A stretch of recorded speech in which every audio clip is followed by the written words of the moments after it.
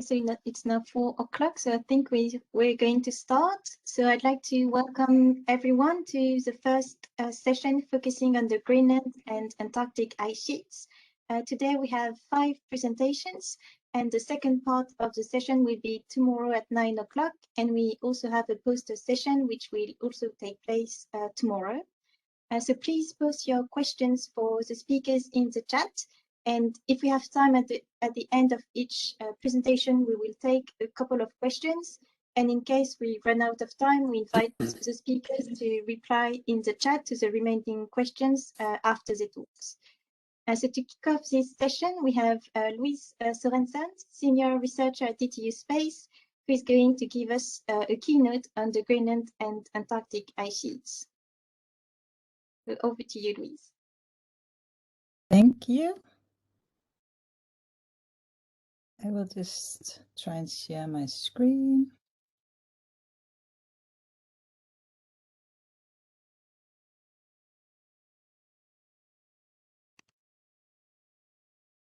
Do you see it now? Yes. Yes, perfect. Yes, so I will be talking about the Greenland and Antarctic ice sheets and how CryoSat has contributed to our knowledge of these ice sheets. So I want to start with a thank you to the organizers for the invitation to give this talk, and also to the community for producing so much amazing ice sheet research based on CryoSat-2. This was an opportunity for me to kind of try to make an overview and go through some of the research that has been done, and it's really amazing, and there's so much. So I am also sorry for not being able to include everyone and everything, but I've chosen some results, and I hope that you can forgive me if I don't mention yours specifically. And just to say that it's the case that many research groups do work on similar things. I've more or less randomly chosen, if there were several results to be displayed, what I have in my presentation. So I hope this is okay. So the ice sheets are important, as we all know. They play a crucial role in our climate system. And there are still many processes and feedback loops that are still not understood fully. And we have to keep on carrying out the research that we do to increase our knowledge of the processes and the kind of the behavior of the ice sheets. Yesterday, Andy Shepard told us that back in the day, researchers didn't believe that on short time scales, the ice sheet would respond to the climate change and be relevant for present day sea level rise. But we have all become wiser, and we know now that they do, and that they are huge contributors to global sea level. CryoSat has really helped us to improve our knowledge of what is going on in these regions, and to quantify their contribution to sea level. Yes. So this figure here shows nicely how we constantly learn more about how the ice sheets behave. This study is from Tom Slater and colleagues, and it shows how satellite observations are really crucial to learn more about ice sheet behavior. So the figure shows observed ice sheet losses from the IMBY, the International Mass Balance Intercomparison Exercise. And we see that actually the observed mass changes from the Antarctic and Greenland ice sheets track the upper range of the IPCC AI5. So it's kind of it's tracking the worst case scenario. So recent mass losses is driven by ice dynamics, primarily in Antarctica, and surface processes, surface melting in Greenland.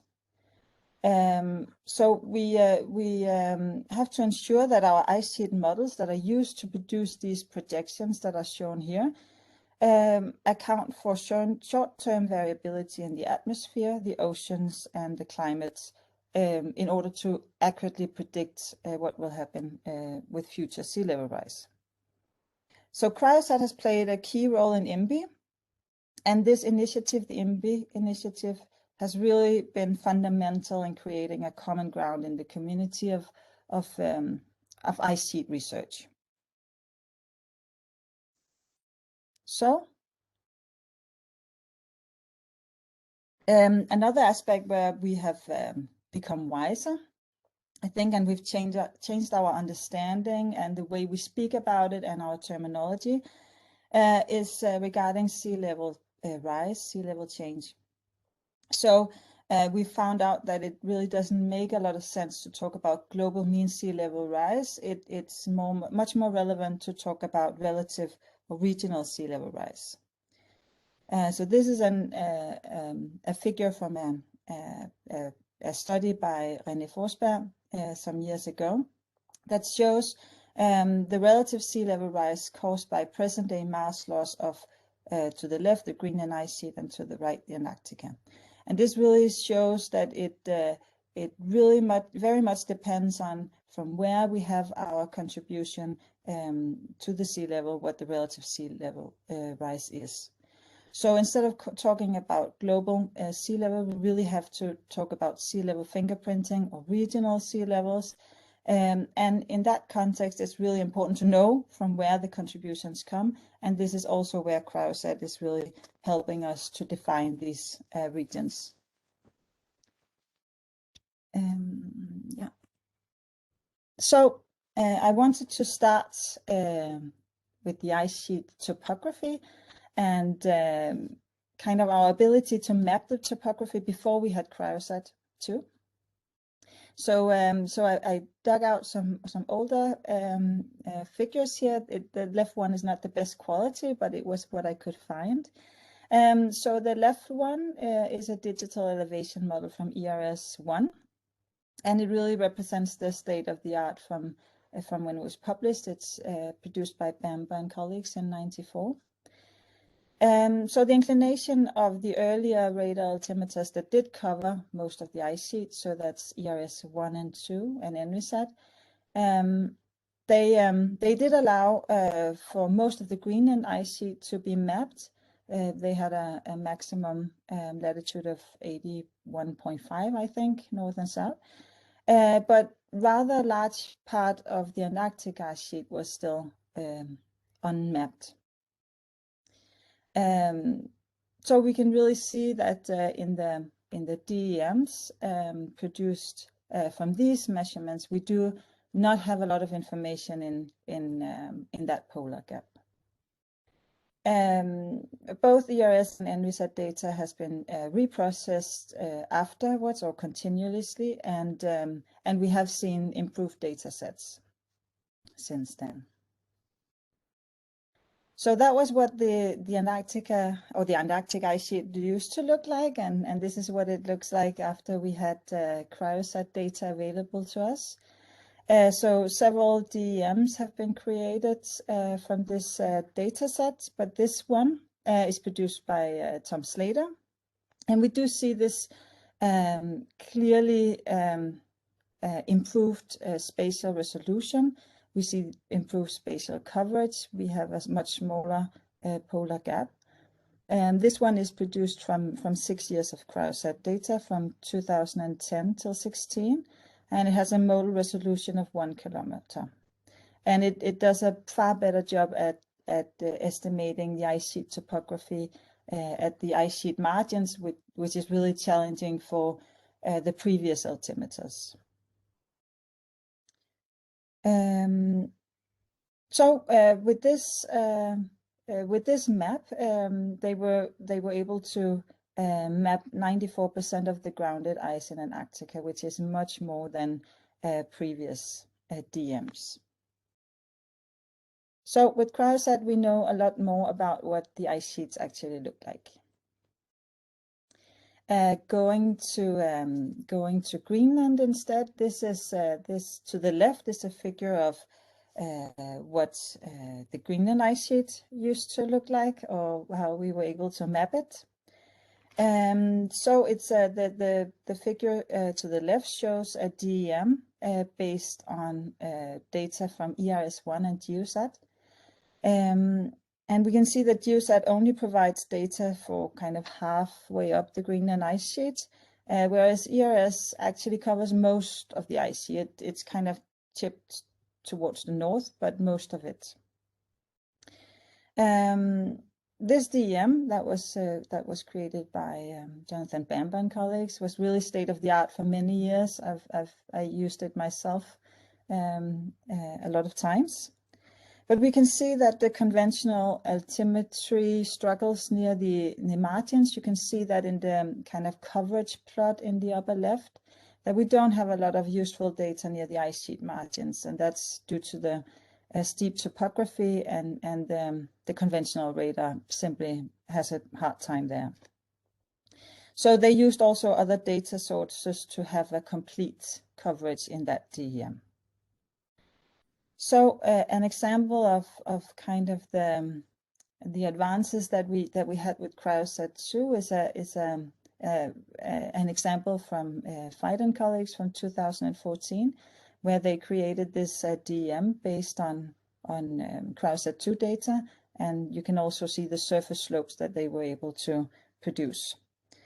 So this DEM is based on a full cycle of this is the CryoSat data processed at AVI, and the full cycle started in January 2012. Yes.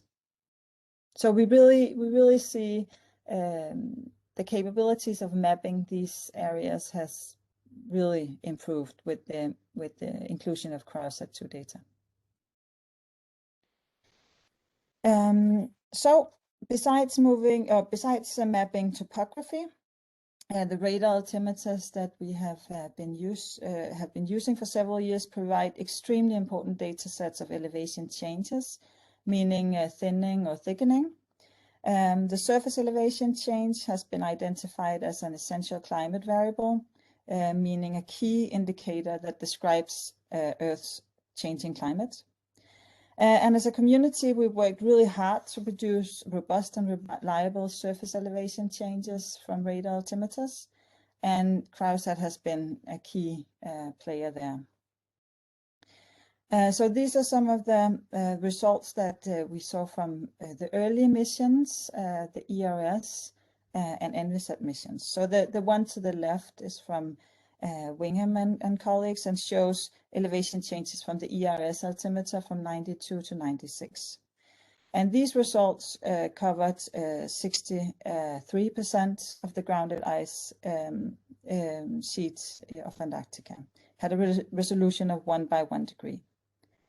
So many of these early results, also the one from Davis, they're based on crossover analysis, so satellite track crossovers, which reduces the spatial resolution compared to a long track measurements, which is the result that you see on the right in the results from Flamand and Remy from 2012.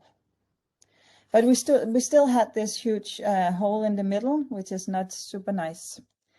And so it was very nice to see the first results come out from CryoSat. And these are just some of the many very amazing products and results being published on these things. So I've just chosen a few.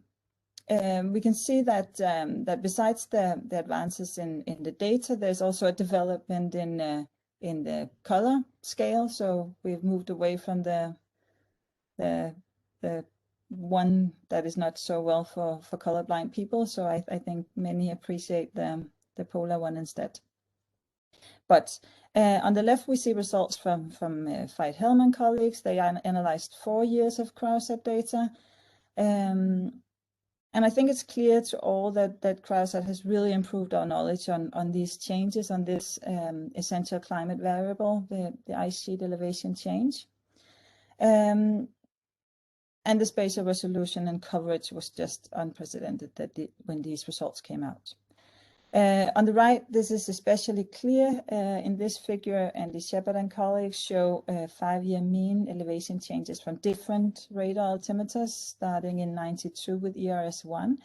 And you can really see, first of all, you can see how the signals that we're trying to observe really stand out and become more and more clear as we move along. But you can also see that the coverage and the spatial resolution improves. So this is, and you can really see that some of the dynamic signals that we're interested in observing was actually in that area where we had no measurements before CryoSat. Adding to this is a similar but different example from Ludwig Schröder and colleagues. They also produced this long time series of elevation changes from altimeters. So it not only radar altimeters, but they also included ICESat.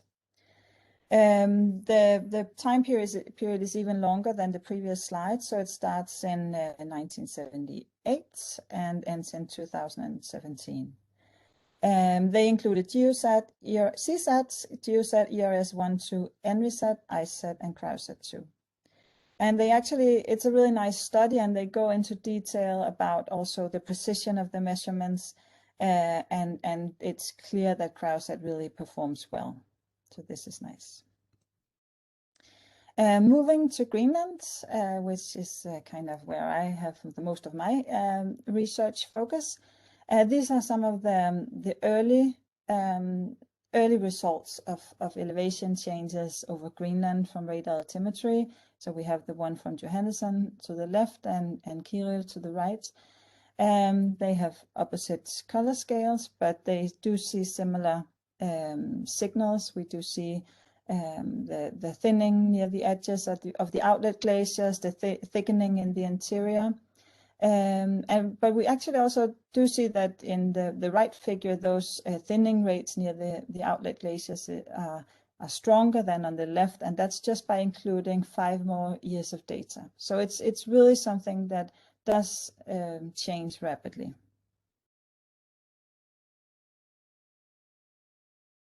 So moving to CryoSat, these are 2 examples of elevation change maps produced. The left one is from a study by Johan Nilsson from 2016.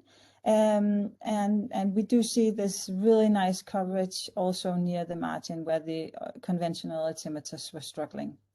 So this is really increased knowledge. In this study, he also investigated how the different retrackers might be affected differently, or observe the melt event in 2012 differently. On the right, there is the product, one of the products that we are producing in the ESA climate change initiative for the Greenland Ice Sheet. There's a similar one for the Antarctic one. And we produce products to be downloaded regularly. So if you're interested, you can go and visit that. So one thing is creating these elevation change maps, but we can use those to increase our knowledge of the processes that actually occur on the Greenland Ice Sheet, for instance.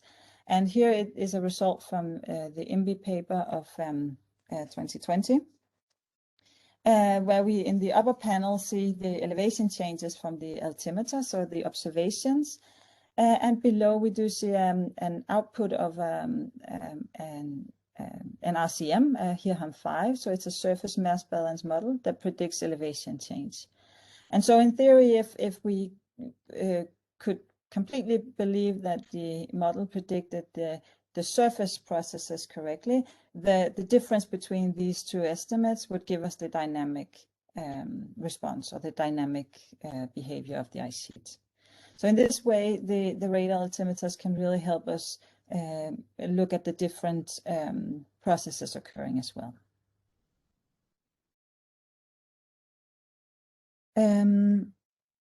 So there are some basic challenges associated with directly using radar altimetry to estimate ice sheet mass balance.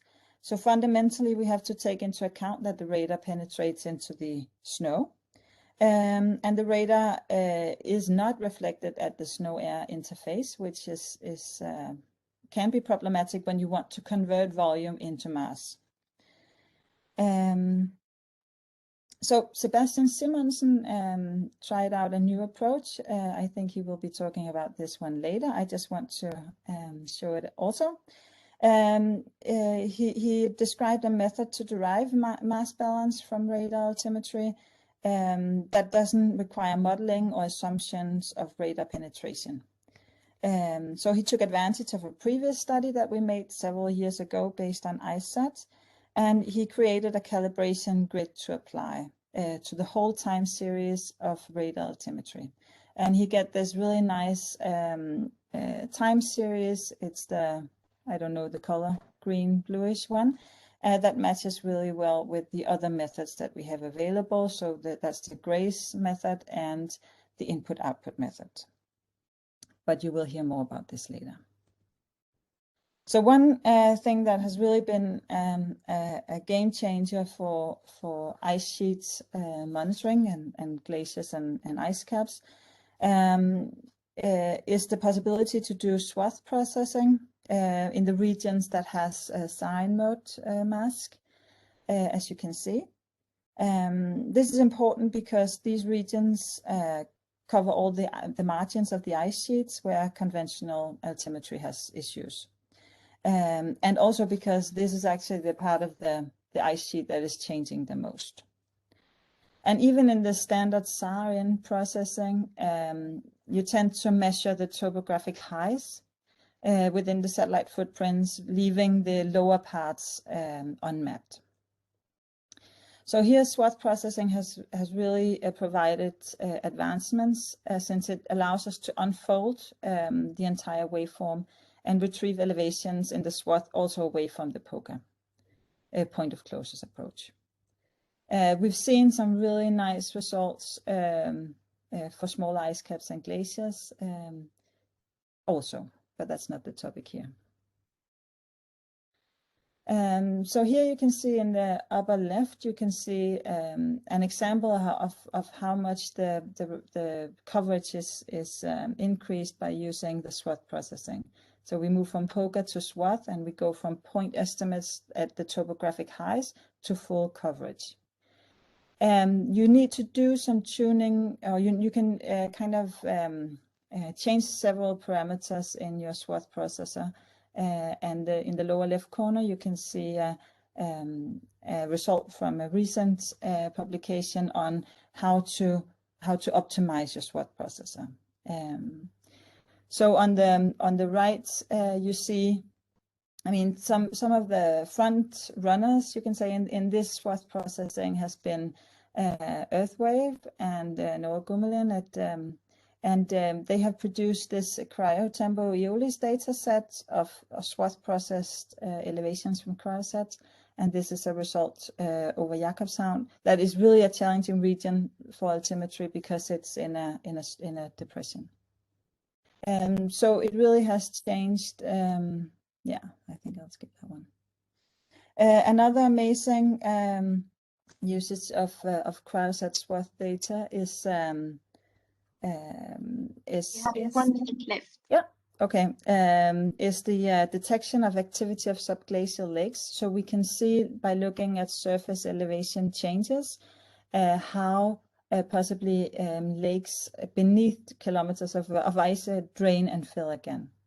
And these have been published recently and show amazing results where you can look at the whole kind of drainage system below the ice sheets. And by investigating the filling rates, we can learn more about subglacial melting. This is done in Antarctica, where there have been identified many and large subglacial lakes. We're trying to do an effort in Greenland to investigate them more, but they are much smaller and it makes it much more complicated. We've seen CryoSat, also some amazing results on ice shelf behavior and changes. So we have seen results of ice shelf thickness change by CryoSat, and results of basal melt rates. Hugely important. Just to say that I said that it's difficult sometimes with CryoSat and the fact that it penetrates into the snow, but it's also amazing because it can tell us something about the snow processes, such as melt events. And this is an example of how CryoSat detected that the melt event of 2012 the surface melt resulted in refreezing in the fern, which was observed by the heights derived from CryoSat, but also clearly seen in the waveform parameters. I think I'll skip this one, and then in the end, I'll just say quickly that a project that is ongoing, which is called EO for Surface Mass Balance, funded by Polar Plus program, looks at the much higher temporal changes of the Greenland ice sheet ablation shown from CryoSat, and you can see an example of it here, and the possibility to actually dig into the individual surface processes that it has not been possible before. So this is work in progress. I think we'll hear much more about this later on. So I hope I was on time, so I just want to say thank you for listening. Yes, that's perfect. Thank you very much, Louise, for a great presentation and overview of all of what the scientific community has achieved for the study of the ice sheets using CryoSat-2 data. So I don't think we have a question in the chat. Maybe I can just ask a quick one before we move on to the next speaker. So is there anything that we've learned from CryoSat-2 that you think would be important for designing future polar altimetry missions? So I think that the ability to really map accurately the sloping or the areas with high and variable topography is really key. You're missing out a lot if you don't kind of have a way of measuring it. Great, thank you. So our next speaker is Tom Slater, Research Fellow in Land Ice Altimetry at the University of Leeds, and he's going to speak on increased variability in Greenland seasonal melting from CryoSat-2.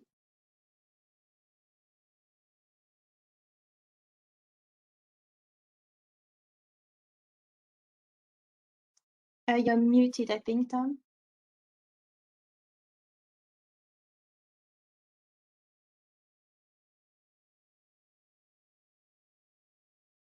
Sorry. Can you hear me now? Yes. Thanks, Amy. Sorry, I lost the button there. Thanks for the introduction. Hi, everyone. Yeah, my name's Tom. It's not on the full screen yet. How about now? Yes, it's coming. Great.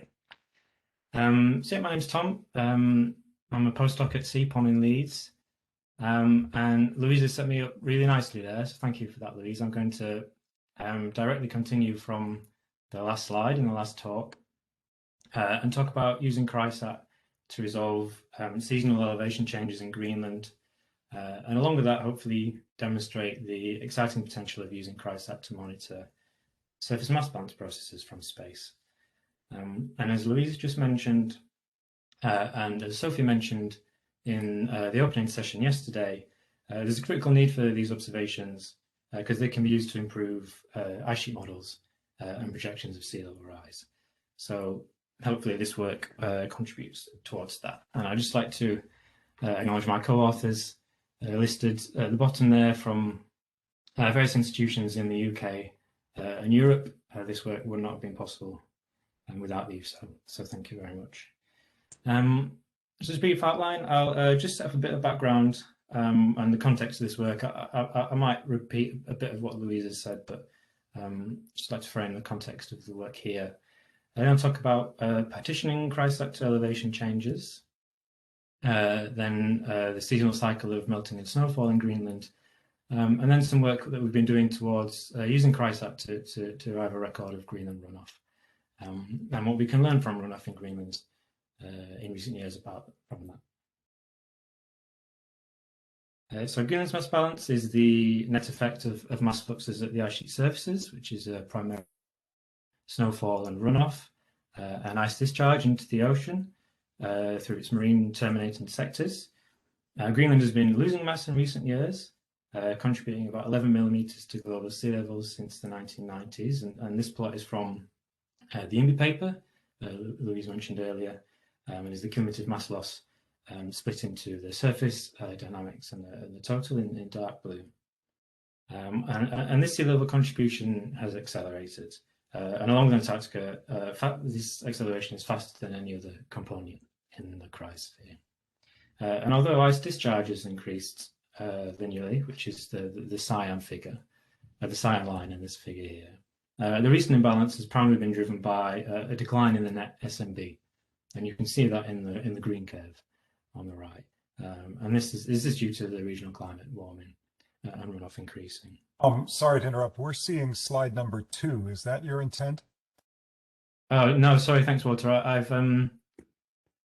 It was switched on my screen. How about now? You're still on the outline slide. Oh, sorry about that. That's strange. It's showing the slide 3 for me. I think it was a bit slow at first, but now it's just stuck on the outline. Sorry, maybe I can share the app instead of the screen.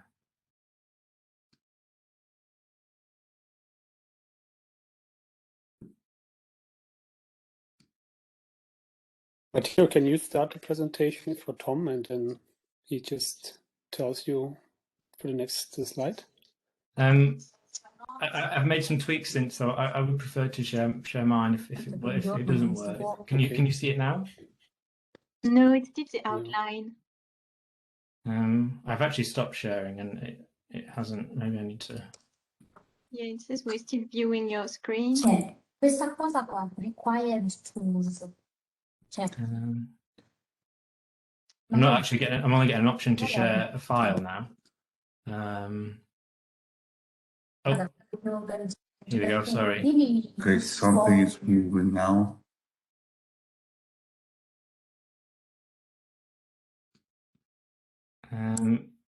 Okay. How about now? Can you see slide 3? Yes, slide 4. Has it switched back to slide 3? No, it's still slide 4 and it's not in full screen mode.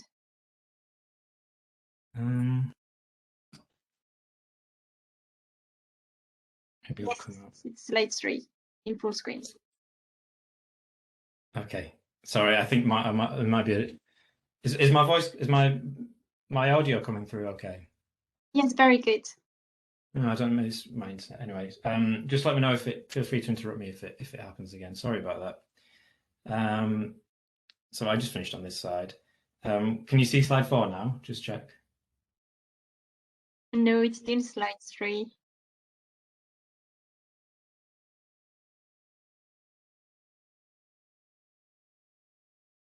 Yes, now it's slide 4. Okay, I think there's a lag, but I'll just keep that in mind. So this figure illustrates processes important to Greenland's surface mass balance, which is the net balance between all processes that operate at the ice sheet surface. Mass is accumulated on the ice sheet surface through precipitation, mainly snowfall, and is lost mainly through meltwater, which is not retained, and that's runoff. And there's limited contributions as well from processes such as sublimation and drifting snow erosion. Can you see slide 5, Ines? Yes. Great. So as the atmosphere has warmed in recent decades, meltwater runoff has increased. It's estimated at a rate of about 6 gigatons per year, and that's from RACMO regional climate modelling by Bryce and Noel. And the increase in runoff has several consequences for the global and regional environment. Of course, it raises the global sea level, and surface processes are expected to dominate Greenland's sea level contribution by the end of the century. But meltwater, as it travels towards the ocean, feeds Greenland's complex hydrological networks, both on the ice sheet surface, within the ice sheet and beneath it, which can influence rates of ice flow. And this here is the map of Greenland's subglacial lake network by Jade Boiling. You can see them picked out by many dots across the map. And runoff also plays a crucial role in fjord ecosystems, delivering fresh water, which enables the production of organic compounds, which support the base of the food chain. And the influx of fresh water into the Arctic Ocean can affect deep water convection and ocean circulation. And that's thought that it could have an impact on the climate across much of Europe in future. So it's really important that we monitor Greenland's surface mass balance and runoff. But despite this, observations are largely limited to sparsely distributed in situ data, and satellite estimates at scale have been largely limited to estimates of melt extent, for example.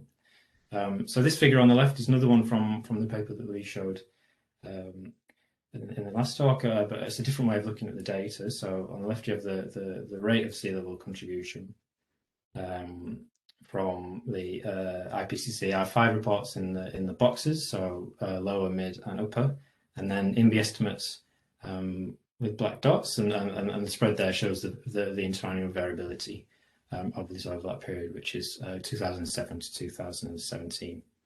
And I've highlighted Greenland's surface mass balance contribution in this red box. And you can see that the global climate models historically used in sea level projections have not captured this recent interannual variability and underestimated Greenland's sea level contribution as a result.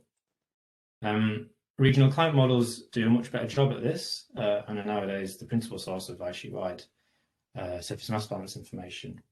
But as I've said, the available network of in situ measurements to validate these models is sparse, and they're shown in the stars here, and they might be hard to pick out, but there are fewer dotted around the ice sheet periphery and even fewer inland. So there's a need for Earth observation derived estimates of surface mass balance to support improvements in both global and regional climate models. And because CryoSat measurements measures the total elevation change due to surface mass balance and dynamics, it's possible, again, Louise set me up very nicely for this, with some external information to partition them and learn about these processes individually. So here are the long-term elevation trends in CryoSat, in Greenland from CryoSat, and I'm sure these are familiar to many of you. Red areas where the ice sheet is thinning, and blue is thickening, shown between plus or minus 1 meter per year. And you can see the well-characterized pattern of thinning at marine terminating glaciers that's sped up over time. And away from those, thinning in the margins where melting has increased, particularly in the southwest where warm air tends to be advected over. And you can estimate the elevation trend due to surface processes alone through regional climate models. This is an example from the Institute of Marine Atmospheric Research Viewtrex Fern model that's developed alongside RACMO. And if you difference these two signals, you get the glacier dynamic imbalance shown in this map here. And again, you can see many of these marine terminating glaciers that are flowing rapidly and thinning rapidly as a consequence. So you can see Jakobshavn, Glusak, ESA-ESRIN in the northeast, and sectors of the northwest, which contain a large array of marine terminating glaciers, which I think Ines will speak more of later on. And away from these areas, elevation trends measured by CryoSat and model due to surface mass balance processes agree very well with each other. And that suggests that in addition to the dynamic processes, CryoSat is able to monitor surface processes as well. And this is because Greenland's surface mass balance follows a strong seasonal cycle, with net ablation, so runoff, exceeding snowfall being confined to the summer, and net accumulation, so the opposite, largely confined to the winter. And these processes are reflected in changes in the height of the ice sheet surface. So altimetry, in particular CryoSat, which does a really good job in the ice sheet margins, is well suited to monitor these processes as well. So on the right, we have estimates of summer and winter elevation trends in Greenland from CryoSat, obtained by fitting piecewise linear trends to the CryoSat time series within those respective summer and winter periods. And again, red is thinning and blue is thickening between plus or minus 3 meters per year And you can see these plots that seasonal changes are largely confined to the ice sheet margins, and in particular the ablation zone, which is about 200,000 kilometers squared area where the net SNB is negative, below the equilibrium line. And if we examine the trends in this region, we find that Greenland's ablation zone thins during the summer at a rate of about 3 meters per year and thickens by about 1 meter per year in the winter on average. And this is a time series, as Louis showed previously, of elevation change within the ablation zone, so in that same region contoured in pink in the previous slide, with the CryoSat data in dark blue. And because summer thinning has far exceeded winter thickening, the ablation zone has thinned by about 6 meters since 2011. And you can see from these time series that CryoSat does a really good job of capturing this strong seasonal cycle when the ice sheet melts in the summer, which is indicated by the grey shaded regions, and then grows in the winter due to snowfall. And I've also plotted firm model estimates of the elevation change, so due to surface processes alone below it, in that lighter cyany colour. This model has only been run up to the end of 2016, and I've also offset the time series by 1 meters, just for visualization purposes. And as I said a couple of slides ago, during the time period that these data sets overlap, they're highly correlated and they agree really well. Again, suggesting that CryoSat is doing a really good job of capturing elevation changes due to surface mass balance processes. We explored that a bit more by examining summer and winter elevation changes within the ablation zone in Greenland's 8 principal drainage basins, shown in this map here, and scattered against the equivalent from the Fern model in the plot on the right. So summer changes are in the red shaded area on the left, and in winter in the blue shaded area on the right. And again, they agree really well, excluding Basin 4, but the shaded diamonds. I've plotted that for completeness, but it's a really small area. It's about 1% of the ablation zone in total, and it's really rugged terrain, which is poorly resolved by both CryoSat and the Fern model. But if you exclude this basin, the seasonal elevation changes agree to within 36 centimeters in the summer and 45 centimeters in the winter.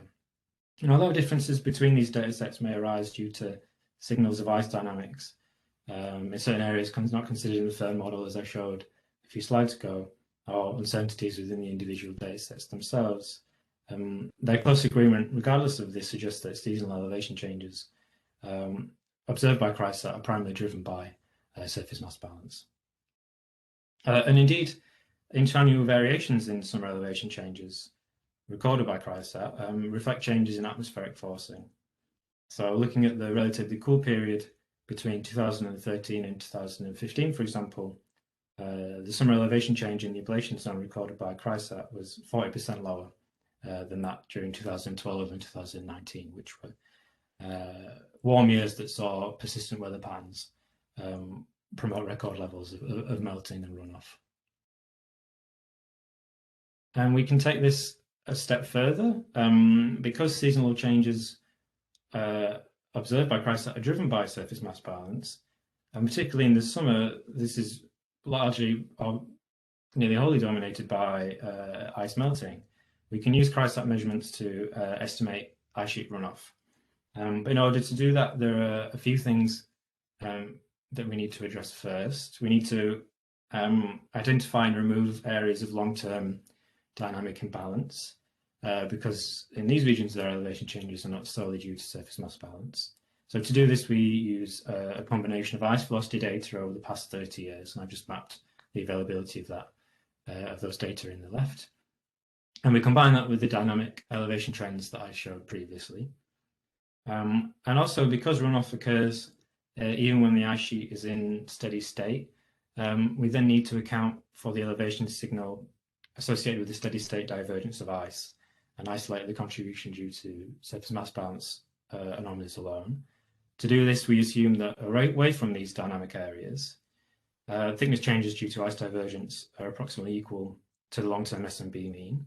This is valid because the dynamic response to surface mass balance occurs over multi-decadal timescales, and because the ice sheet was approximately in balance or near balance pre-2000s, so present day changes in ice thickness reflect surface mass balance anomalies and not divergence anomalies.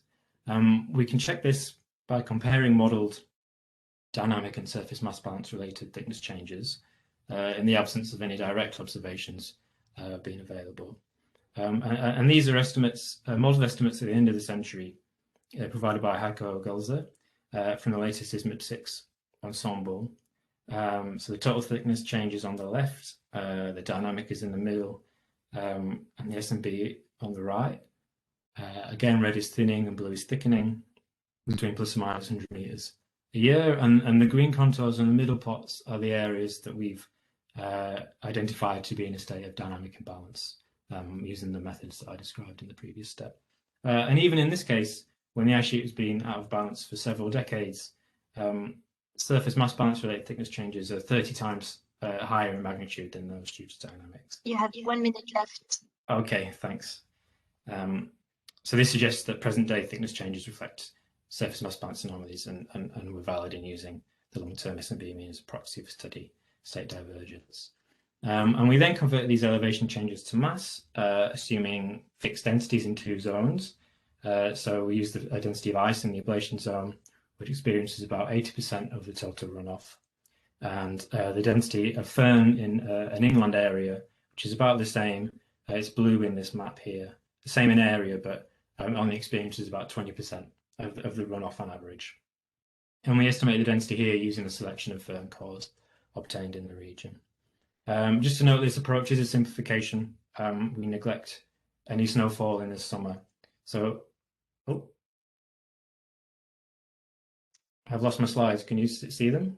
No, we can't see it anymore. Can you try sharing again? Yeah, sorry about this.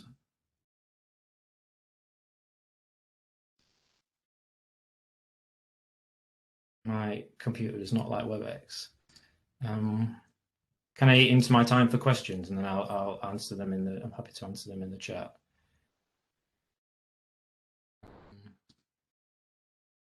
Okay. Can we see that again? Not yet. Maybe it's It's loading. loading.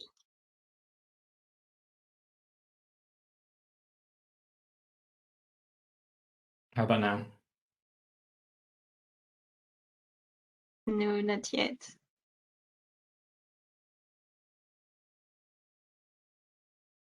Well, in the meantime, if you have any questions for Tom, please put it in the chat. Can we see it now? Yes, it's not in full screen, but it's fine. Oh, maybe it's going into full You're screen. at slide 17, if that helps. Can you see it full screen now? No. Strange. Are we on slide 18 now?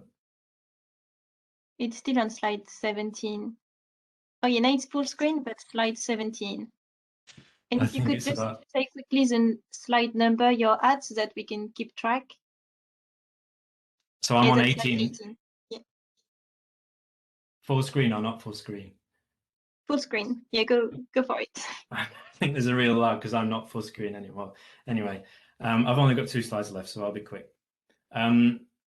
So using those methods, we convert the CryoSat-2 summer measurements of elevation change into runoff, and hopefully you can see slide 18, which is our record of runoff from CryoSat-2 in the dark blue again.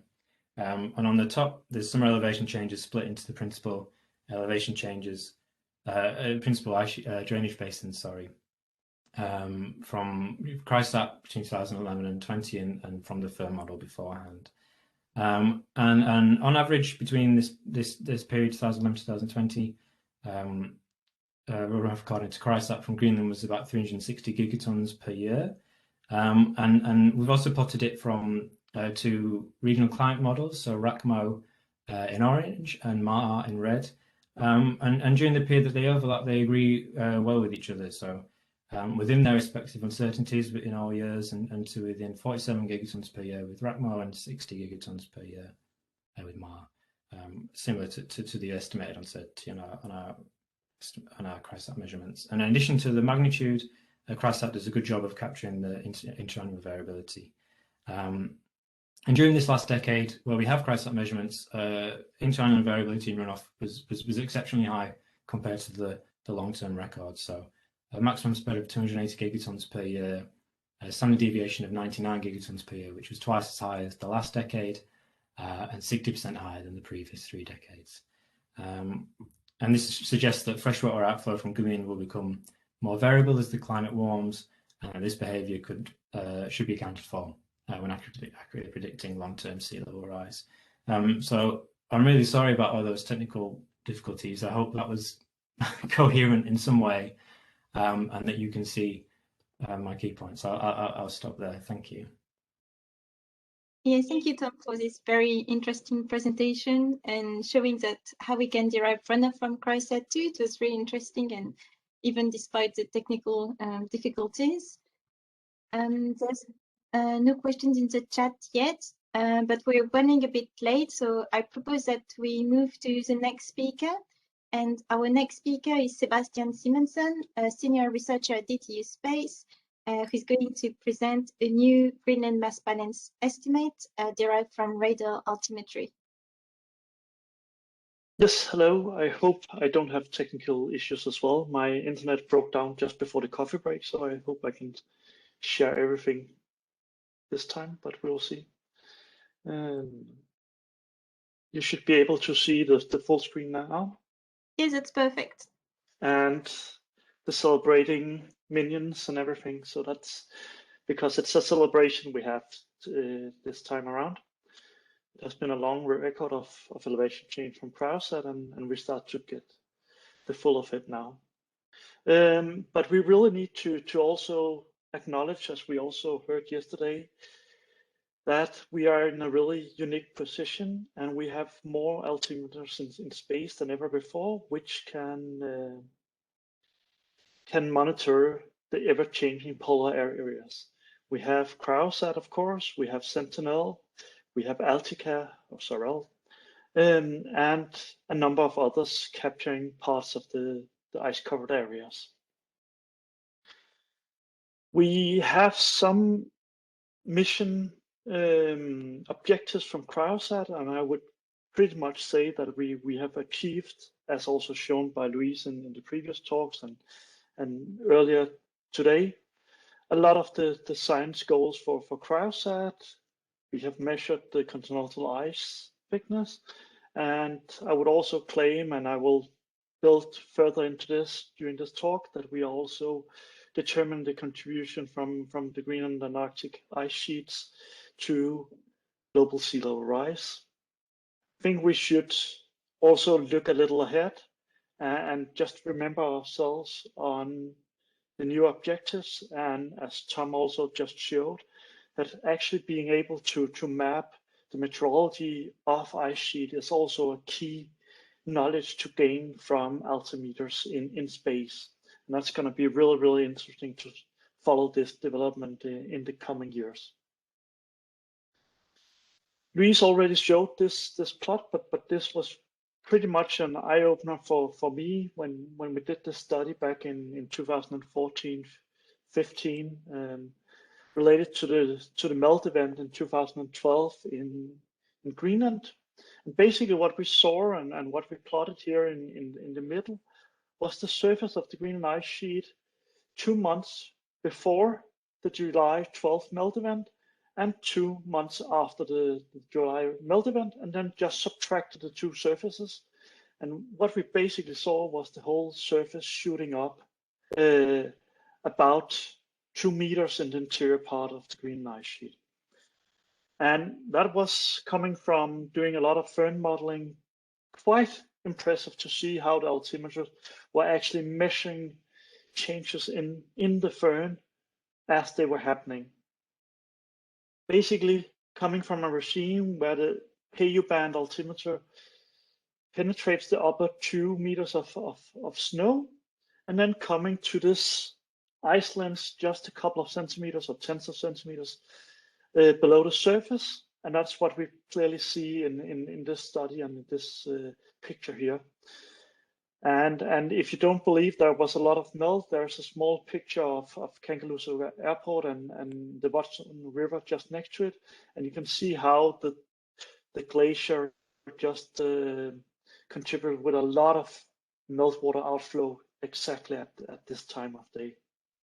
So this is really an impressive study, which CryoSat really highlights some of the challenges, but also some of the really nice things about being a radar altimeter.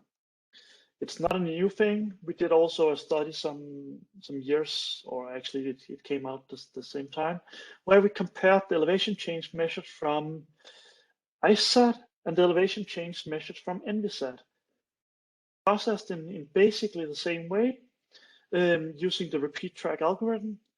And if we just subtract these two observations, we see the picture on the right, where we basically see how the elevation change differs plus minus 20 centimeters from the LiDAR altimeter to the radar altimeter. Again, this can only be related to changes in the scattering properties of the ice sheet and how the radar is penetrating into the snow cover, whereas the red laser on board IceSat is measuring the surface elevation change.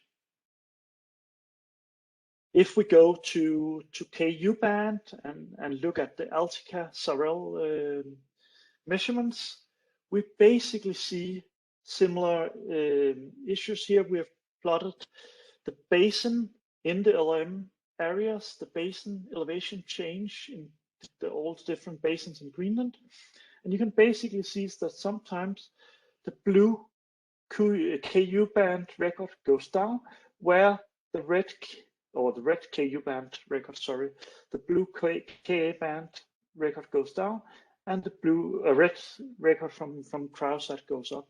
And this is basically because we have changes in how the surface is perceived from the KU band altimeter. We have done quite a lot of work in how to actually mitigate these changes and look at how waveform parameters can be used to estimate how we can best get the surface elevation change of the Greenland ice sheet. Again, sorry for some of the older plots, but here I basically show how different waveform parameters gives a different elevation change of the Greenland ice sheet. And I always find it rather astonishing that if you just use the level 2 data from CryoSat alone, without any knowledge of the waveform parameters, you would find a 2010 to 2014 volume change of the Greenland ice sheet of about 200 cubic kilometers per year. Whereas if you go into the estimates where you really use both backscatter and leading edge, you come up around 300 cubic kilometers a year. When we look at Operation Icebridge, we can see that the elevation change measured from Icebridge agrees much better with the ones we have from applying these waveform estimates. And that's also builds us confident in going back to the older satellites and actually using the KU band record as a record of elevation change or surface elevation change of the Greenland ice sheet.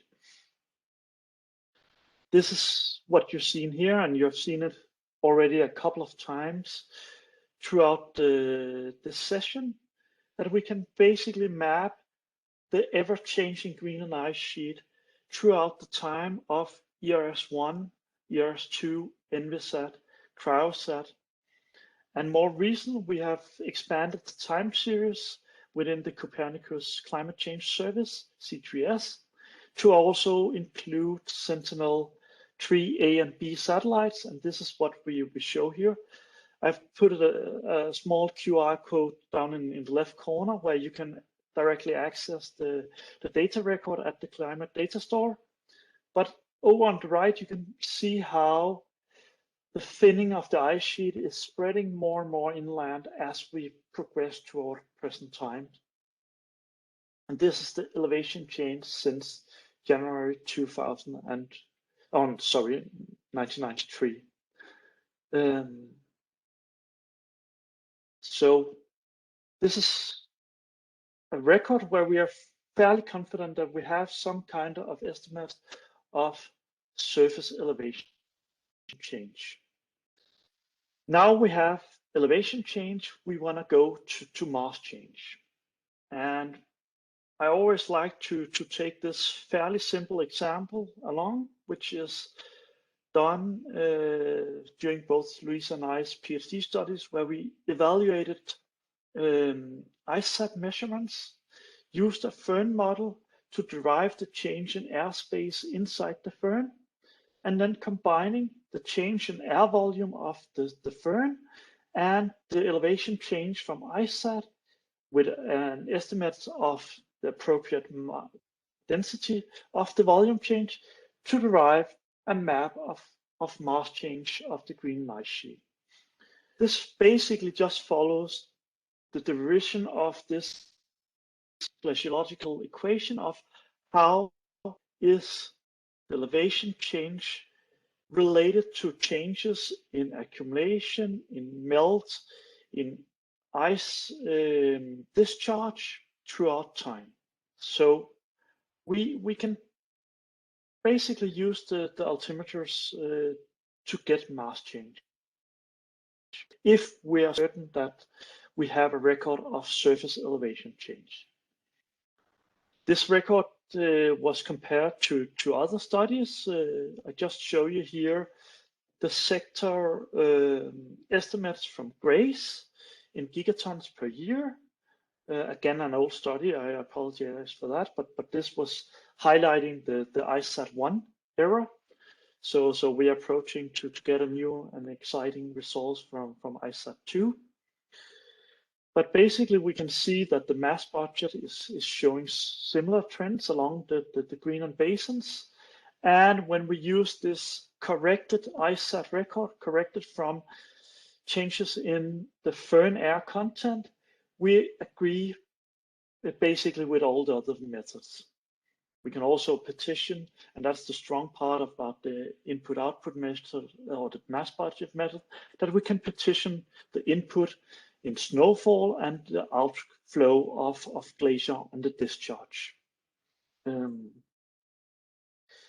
But let's get back to radar altimeters. This is the record we gathered throughout time. So we're starting down here in 1992.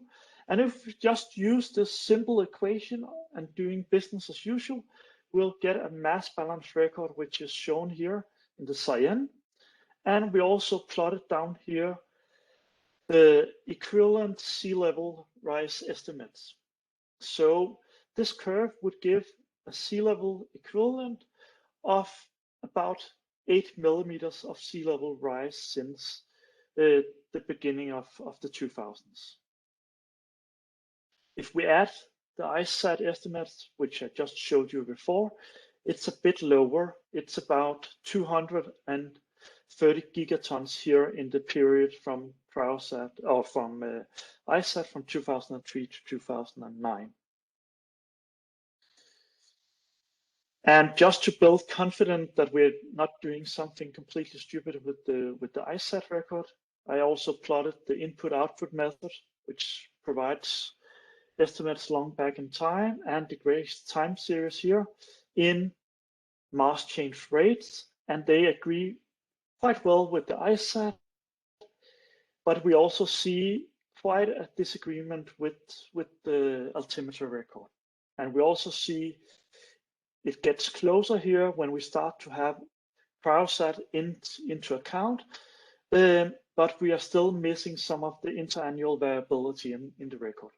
And that's basically due to the two facts that we have, the changes in surface penetration, but especially for the older records, it's highly due to the radar's lack of measuring the low points at the sloping surface, where we have the majority of the ice loss from the Greenland ice sheet.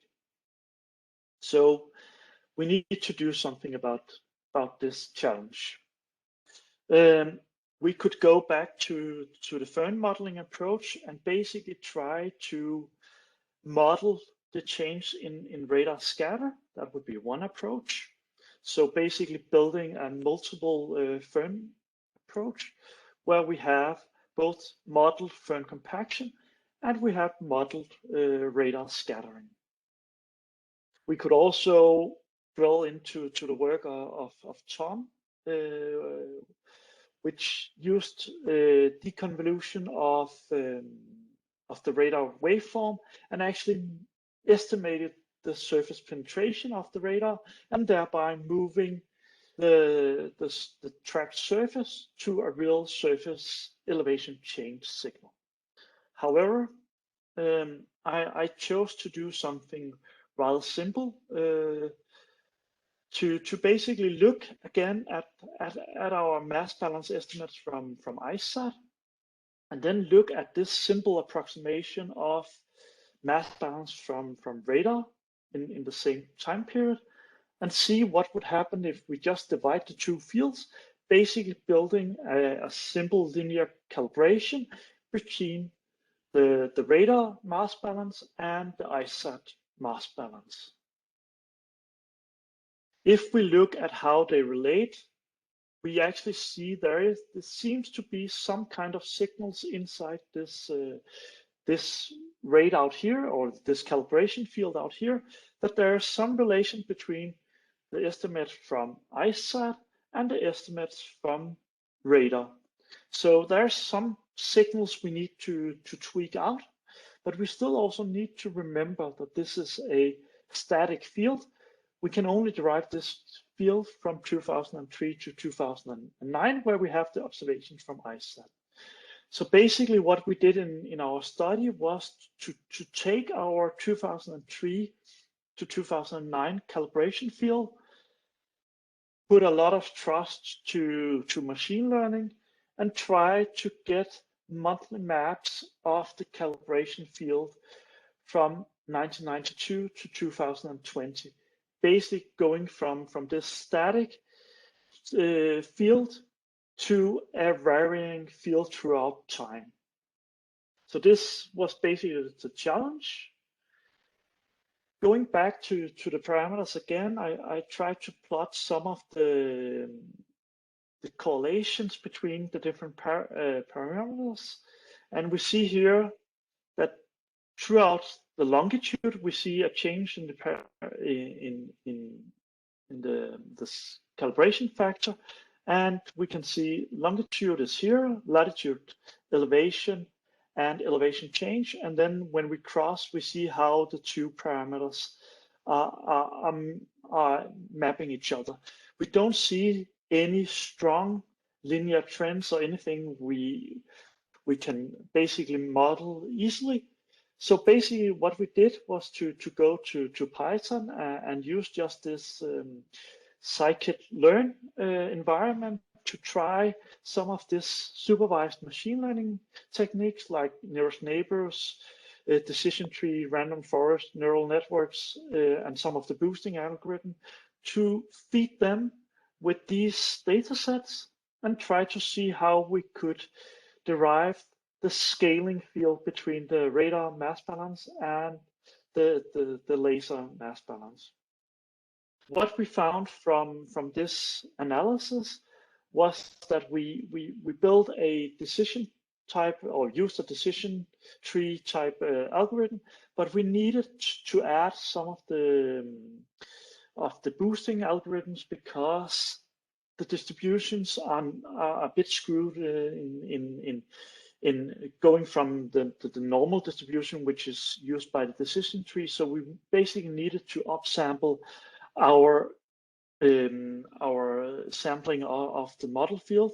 And what we found was that we could use a priori information or feed the machine learning algorithm information about the latitude of where the observation were, the ice velocity, the surface slope, the magnitude of the firm air correction, the satellite sensing mode. Basically, it's more relevant to CryoSat, where we are operating in SAR-in and also in LRM mode. And then from these and the observed radar elevation change, we could basically predict our calibration field. And You have 1 minute left. That's perfect. Then I will skip through it rather quick. This is what we saw before. And if we just apply this sort of black box magic, we can actually shift our record down to fit much more in line with the other observations. What we learned from this method was that we have a sea level equivalent mass loss of the Greenland ice sheet from 1992 to 2020 of about 12 millimeters. But more astonishing, and that was also noted in the talk before, is that more than 80% of this mass loss is occurring after 2003, basically with the speed off of the mass loss of the Greenland ice sheet. We can also look at the cumulative distributions of the hydrological year. So basically look at our estimate of the mass loss and how certain we are on the mass loss. This is just a schematic plot of how different means and standard deviations would look in this cumulative estimate. But if we change to the hydrological years, we get this very, very busy plot where I've added all the years we have in the record. So from 1992 to 2019, and you see all the distribution. So the estimate of the glacier or the ice sheet mass balance is here when we have the intersection of the 50% percentile. And we can quite astonishing see that the hydrological year of 2017 was the first year in the 21st century, which were within uncertainties of actually having a Greenland ice sheet imbalance. But we also see that 2019, we are basically back to normal. And the most astonishing of this is actually that this record shows that we can vary the mass balance of the Greenland ice sheet with about 350 gigatons within a year or 1 or 2 years of each other. And that's something really to emphasize climate change, that we have a much more viable ice sheet these days around. But the record also shows the spatial distribution of the mass loss throughout the record. Sorry for changing the scale, but not much were happening in the 90s. A lot was happening in the 2010s, and then we really had to stretch the record when we go into the 2010s. So I will stop there and say that you can download all of this data at our data portal, and also read the paper in GL. And conclude with a small job advert, because we have just opened a position for actually using some of these techniques in improving Earth observation data for ice sheet modeling. So I will conclude my talk here. Well, thank you very much. So I think I take over. Thanks for this nice talk, Sebastian. I think we should quickly move to the next presenter. So I'm Veit here, and I'm happy also to welcome you to this afternoon ice sheet session. And I'm really happy to introduce the next speaker, which is Lawrence Gray. He's an adjunct professor at University of Ottawa with a very long record in SAR interferometry glaciology. And I think he has a smile on his face when he's looking back how the sensors developed over the years, especially given the last decade. And today he's talking about a northeast area of Greenland with some focus on front intensification. So I'm really happy to have him here, and The floor is yours, Lawrence.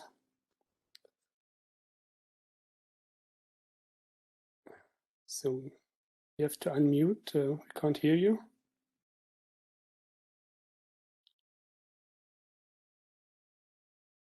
Okay, I think now I'm unmuted, right? Yeah, perfect.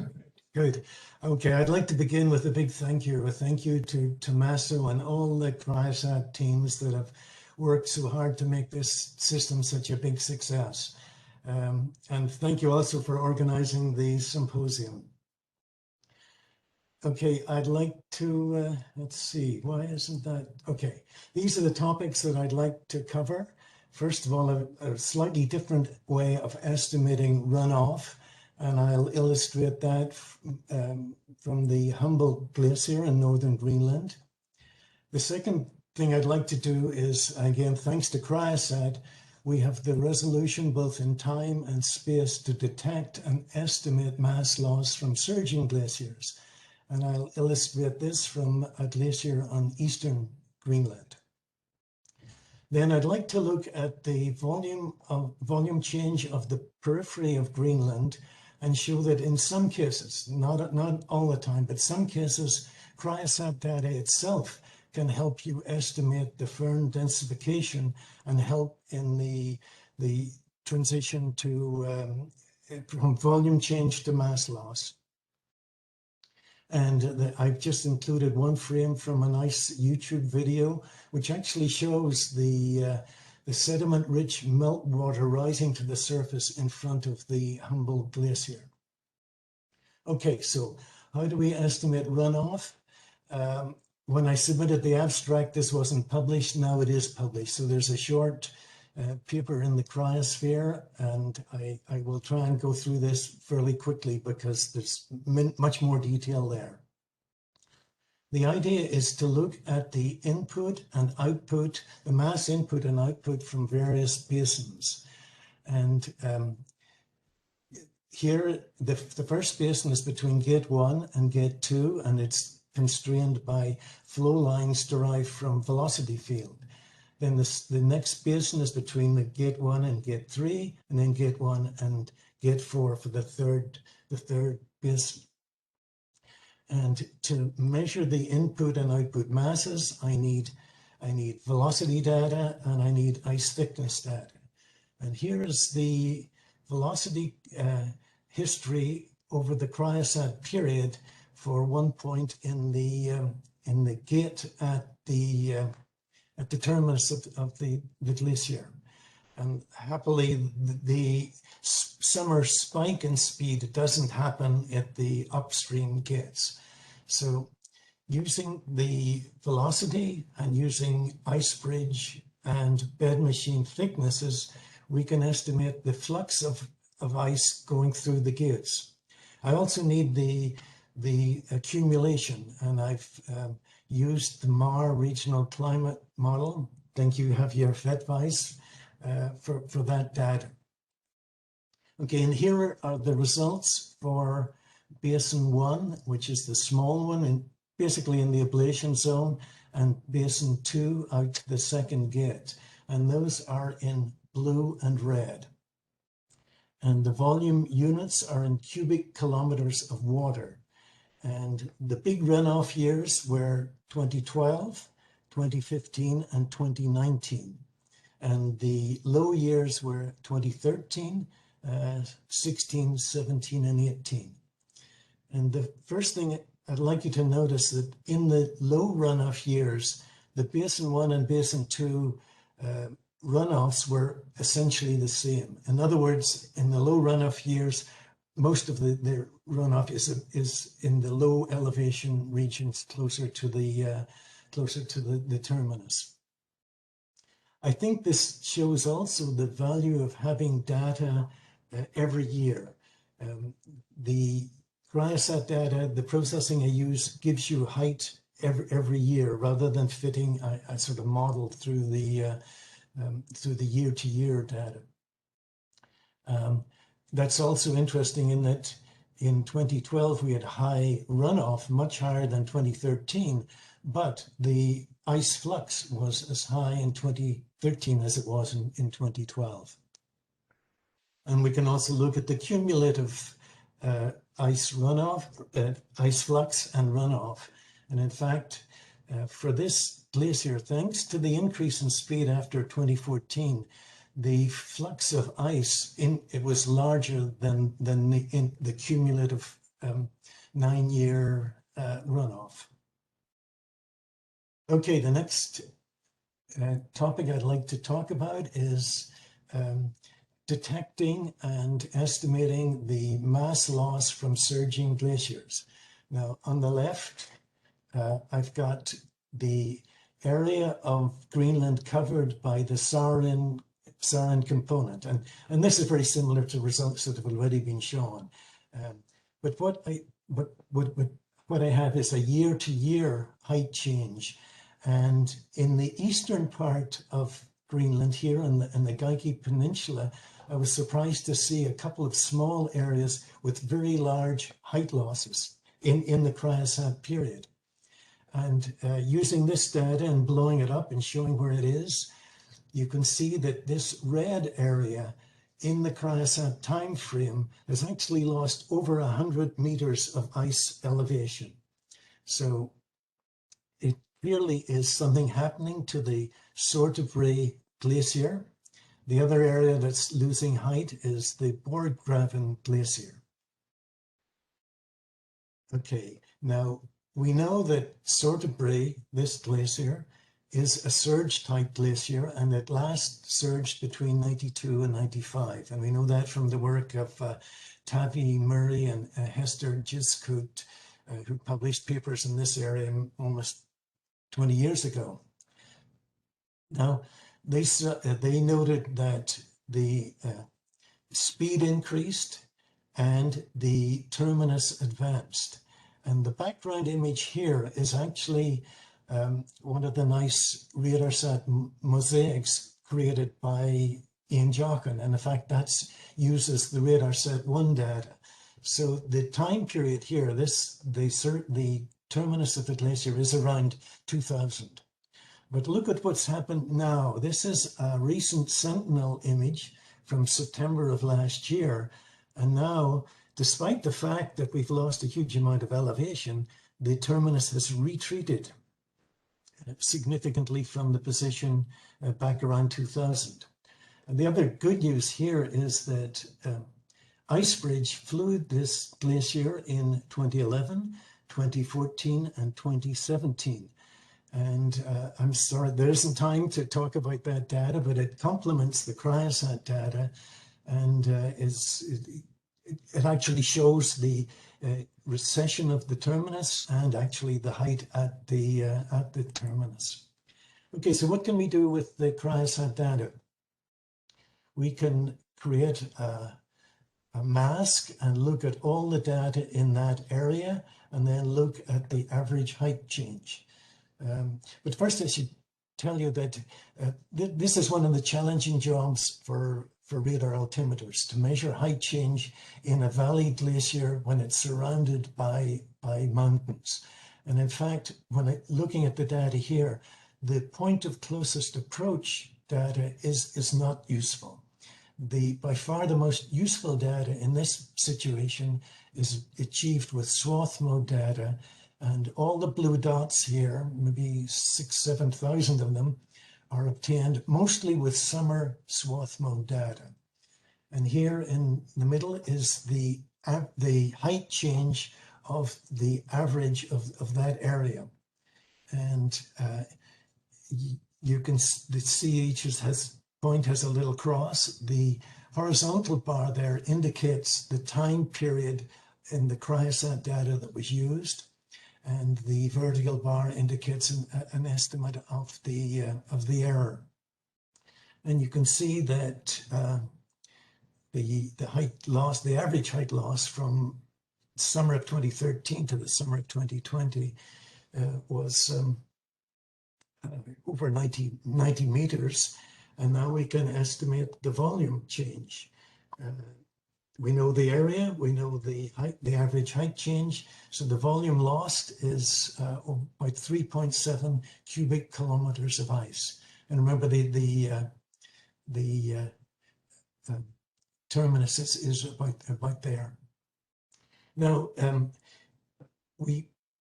some of these other areas, the side glaciers here as well, and there is also losing ice. I think the swath mode data is a little sparser there, but I think we will be able to add up the total ice loss, and it'll be, I think, at least 5 cubic kilometers. Okay, changing tack again. Now, again, I want to look at the height loss and volume loss around the periphery of Greenland. And again, this is just the area covered by the SARIN component.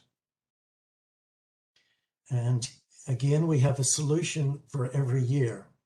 So here are the volume change for the different basins. And I don't think it'll be a surprise to anybody to see that Basin 8 has the largest volume loss over the CryoSat time period.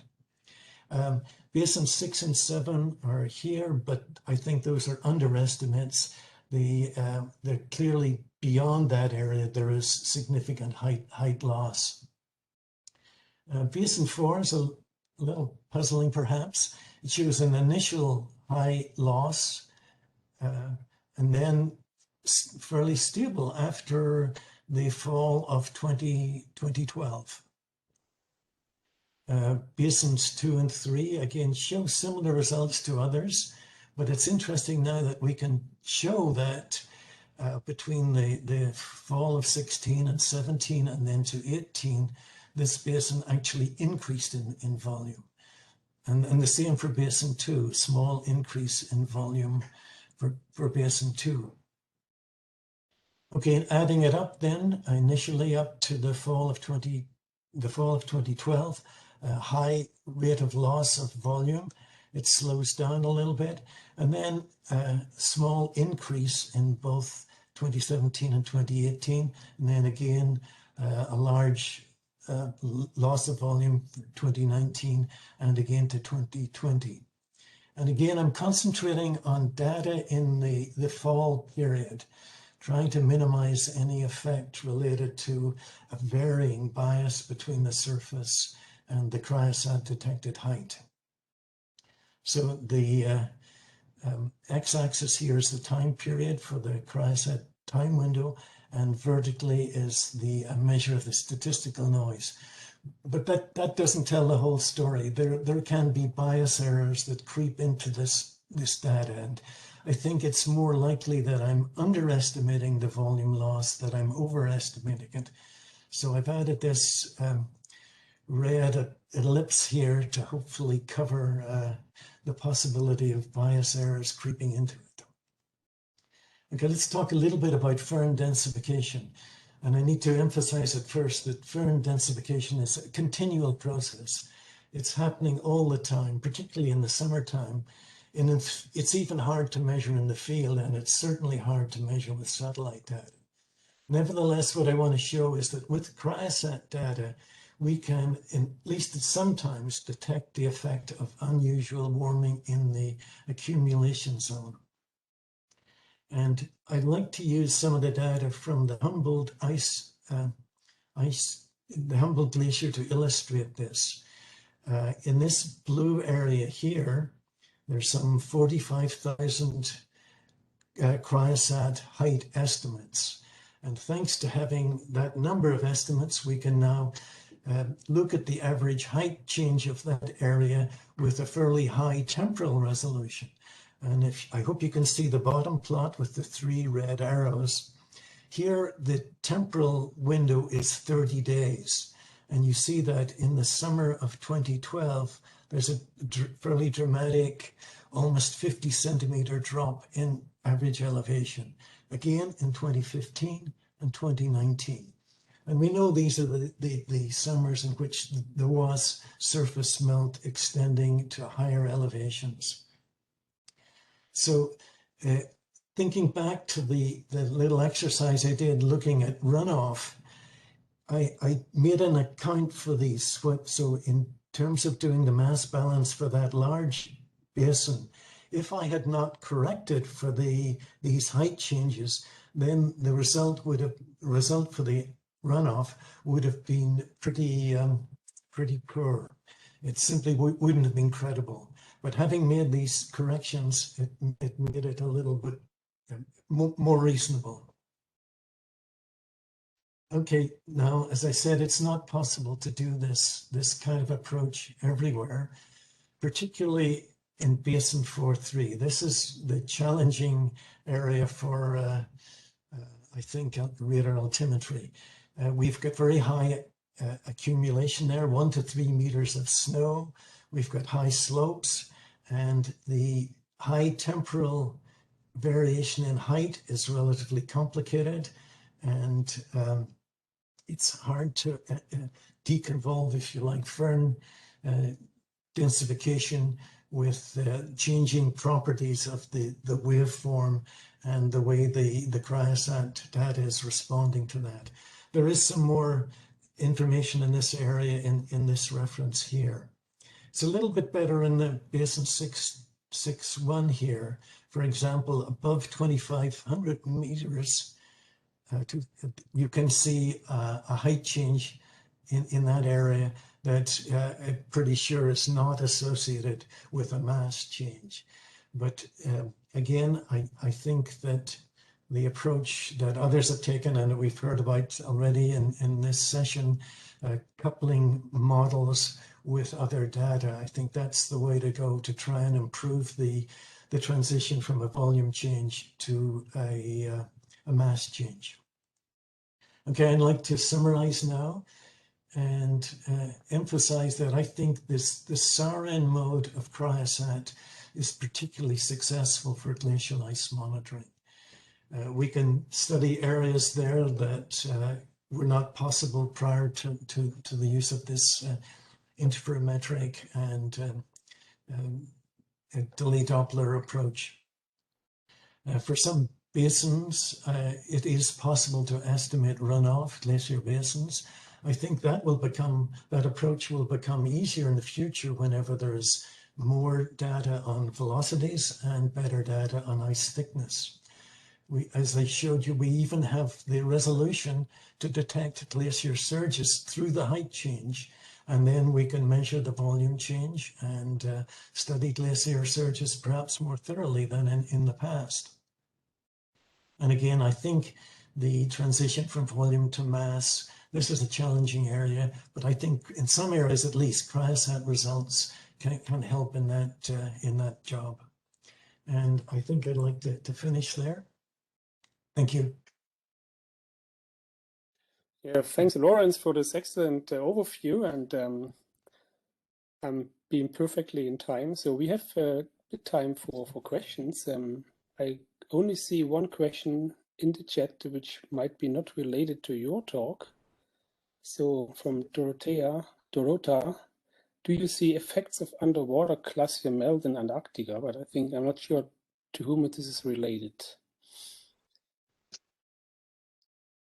Yes, in tomorrow's session, we'll have talks on Antarctica. Today was more talks on Greenland, and tomorrow morning will be on Antarctica.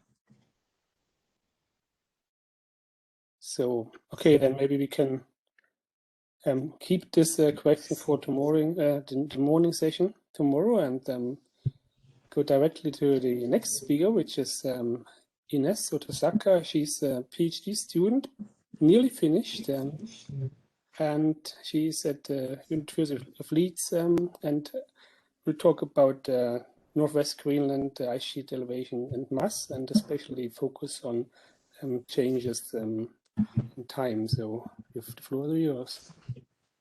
Thank you.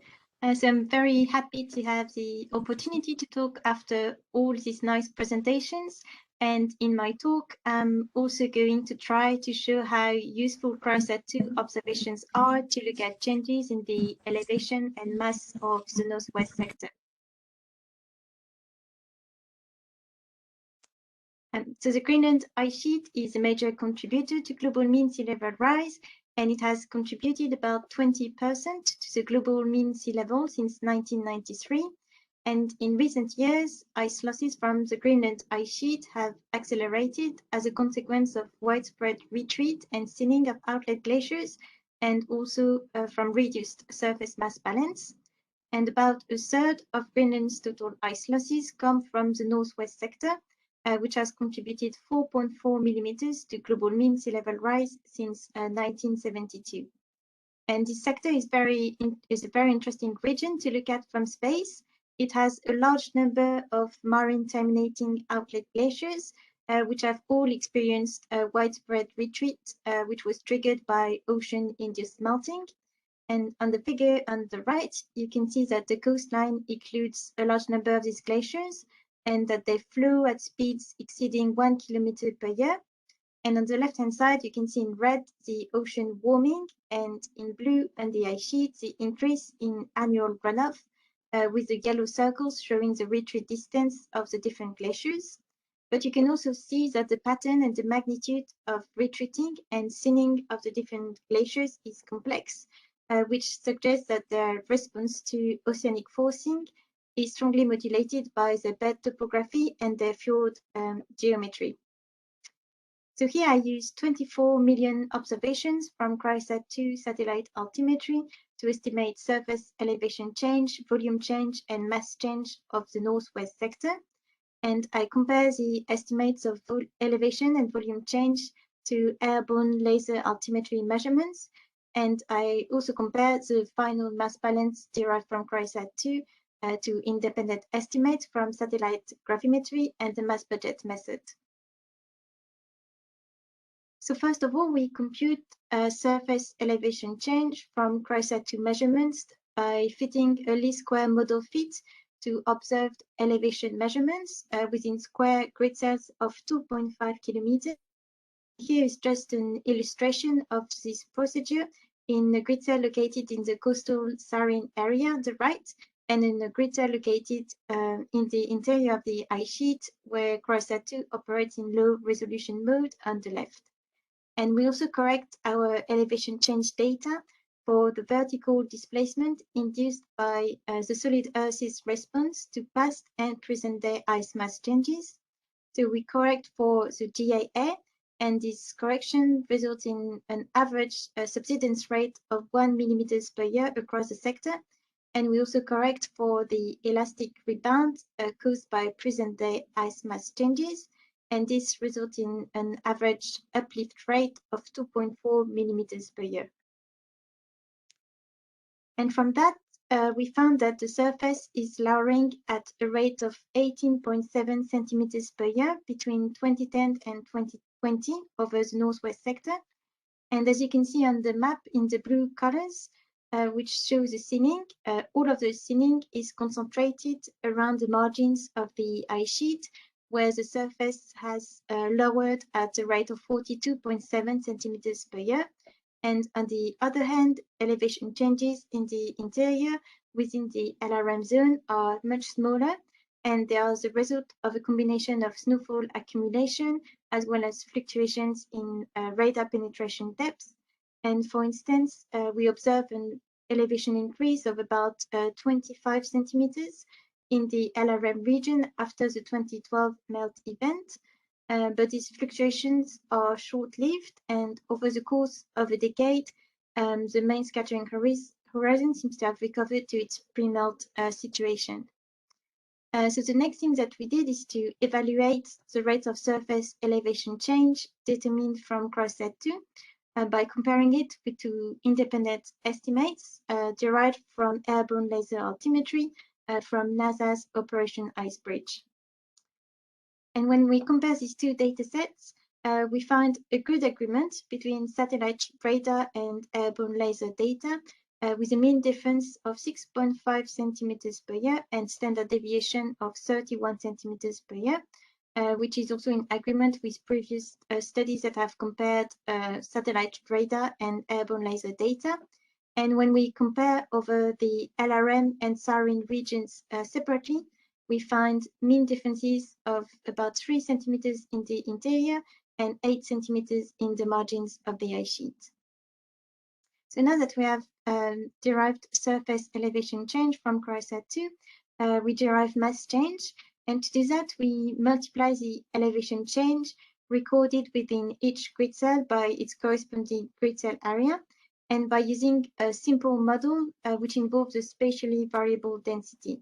So we tried 3 different models, and in all models, we assume that all volume changes occurring in the ablation zone occur at the density of ice. And for the interior of the ice sheet, we test these 3 different models that are illustrated here. So in model 1, we simply assign changes in volume occurring in the interior to the density of snow. In model 2, we further divide the interior into percolation and dry snow zones based on the intensity and frequency of melting. So these 2 models are just static in time. And in model 3, we allow the density in the interior to vary in time and space based on the near surface density output from the regional climate model MAR. And by using these 3 different density models, which are quite simple, we just found that using either of these models actually lead to similar results in terms of mass balance, and they result in less than 1 gigatons per year difference in mass balance. And therefore, we selected the 3rd model as our preferred estimate, as it takes into account the spatial and temporal variability in Föhn density compared to the other 2 models. So now that we have the mass balance solution, we examined this solution by dividing the sector into each of the individual glacier drainage basins. So that's what is shown on the animation here. And the northwest sector counts 74 separate basins with 64 tidewater glaciers and 11 land terminating glaciers. So you can see that in the northern part of this sector, there are some very small basins, but they don't lose much ice. And we can see that the largest losses are recorded in larger basins at Upper Navik-Istrom, northern tributary, followed by Steenstrup-Dietrichson and Kjær Glacier. And from this mass balance solution, we found that between July 2010 and July 2019, this sector of the Greenland ice sheet has lost a total of 386 gigatons, with all glacier basins losing ice over this period. So next, we assess our altimetry-based mass balance solution by comparing it with independent estimates derived from graphimetry provided by Andreas Groh from TU Dresden, and another independent estimate from the mass budget method, which was published led by Jérémy Mougineau about 2 years ago. And it's important to note that even though we use the graphimetry and mass budget estimates that were computed using the same drainage basin delineations as what we have used for our CryoSat-2 estimates, both of these estimates also include mass losses from peripheral glaciers and ice caps, which we do not include here. So to make all 3 estimates comparable, we add this signal to our CryoSat-2 time series on this slide, which accounts for 1.3 gigatons per year of mass loss. And from our CryoSat-2 estimate, we found that the northwest sector has lost mass at a rate of 42 gigatons per year between July 2010 and July 2019. And for comparison, the mass budget estimate of mass imbalance over the same period is 67 gigatons per year, and the gravimetry estimate is 57 gigatons per year. So it shows that the mass budget estimate is the most negative and the altimetry estimate is the most positive, with the gravimetry estimates in between these 2 extremes. And because we want to look a bit more at these similarities and differences between these 3 estimates of mass balance, we compare these estimates across different spatial scales. So first, we compare our altimetry solution to gravimetry and mass budget across 2 and then 4 regional subdivisions of the sector of similar sizes. And for this comparison, we do not include the peripheral glaciers and ice cap in our CryoSat-2 estimates because we don't have a spatially varying estimate for each of these individual glaciers.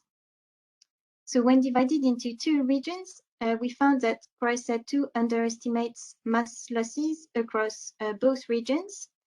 So in region 1, gravimetry and the mass budget method estimates show a large difference of about 7 gigatons per year in the northern region. So there are large differences between all three estimates. But we found that the gravimetry and mass budget are in closer agreement in the southern region, so labeled region 2 here, with rates of 34 gigatons per year and 32 gigatons per year. And we next divide each of these two regions into two sub-regions in order to try to further isolate the areas exhibiting large differences. So in sub-region 1A, so the far north region, the gravimetry estimate is the most negative among all estimates. And this is likely due to the inclusion of the large ice cap located in the northernmost part of the sector, which is not included in the mass budget and altimetry estimates. Next, in subregion 1B, we found that CryoSat-2 and gravimetry both estimate a similar rate of mass loss of 10 gigatons per year, but the rate of mass loss from the mass budget method is twice as large in this subregion. And on the other hand, in subregion 2A, CryoSat-2 and the mass budget are this time in better agreement than with the gravimetry estimates, but overall in that region, all estimates are in pretty good agreement. And finally, in region 2B, CryoSat-2 largely underestimates mass losses compared to both gravimetry and the mass budget method. So this comparison shows that differences between estimates are highly variable spatially, suggesting that discrepancies between techniques do not solely originate from one single glacier basin or one single region or one single technique.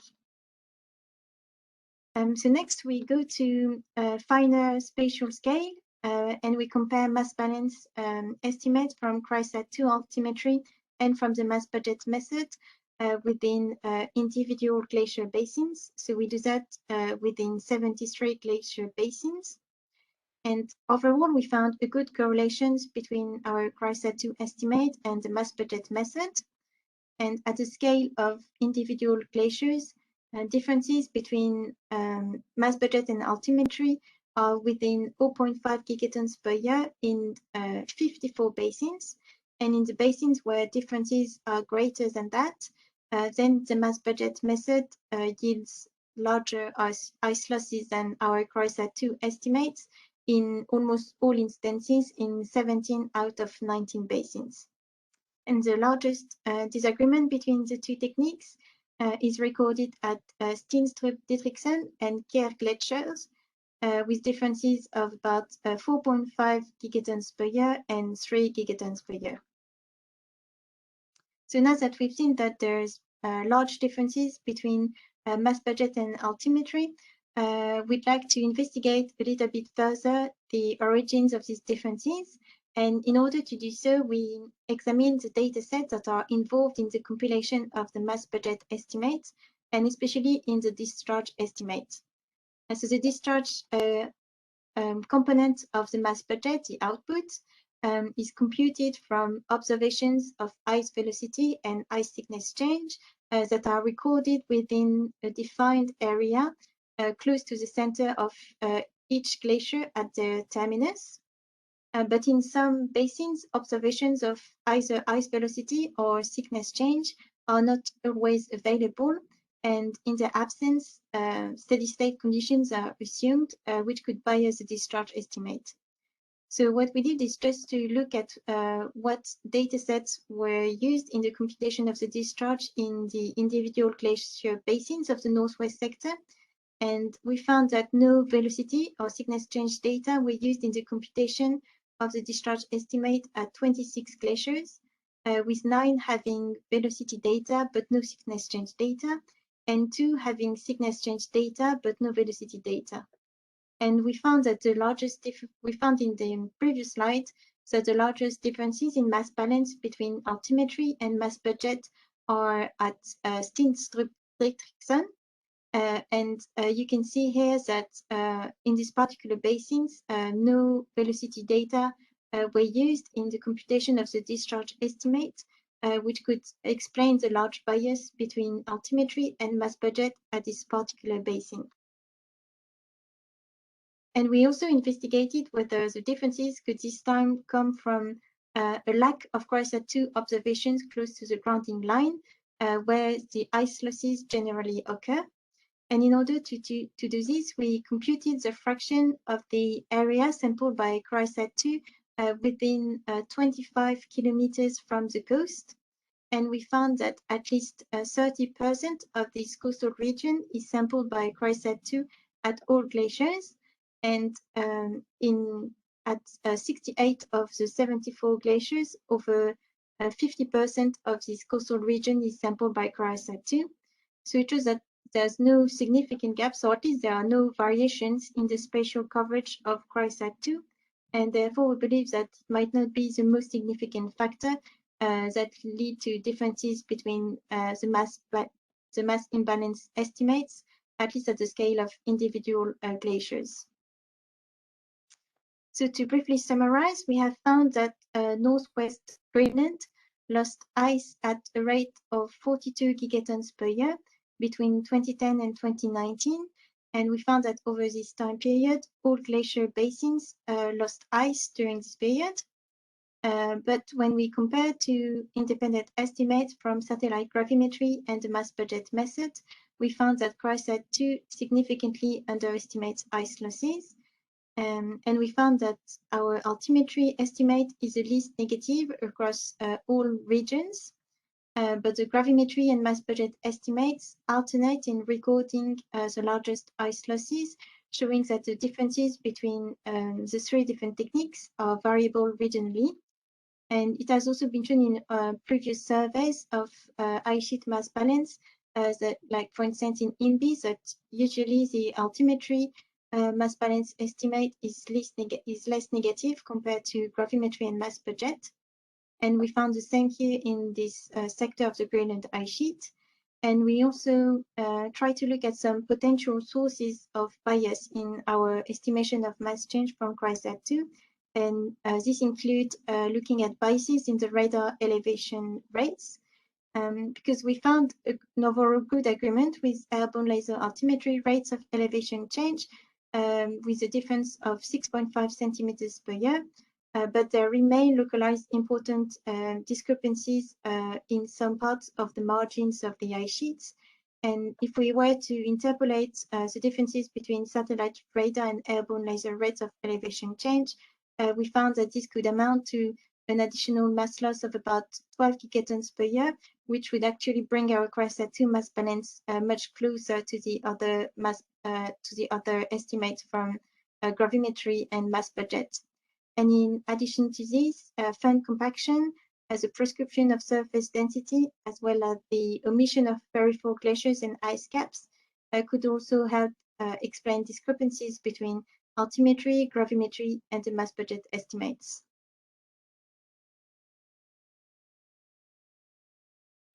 Thanks a lot, Ines, for this very nice talk and digging into this problem that we do see large differences sometimes between the three methods. And did you also look at the different correction which were available to come over this 2012 elevation effect? So did you decompose this signal, or did you use different retrigger values? I think this could explain at least the offset for the basin 2B. No, we haven't done that. We have used as a retracker, we have used the TGOG retracker because it shows that it's better than the other retrackers in the CryoSat-2 product to mitigate fluctuations in penetration depths. And we have applied a backscatter correction to try to remove some of the spurious elevation change due to the changing snow properties.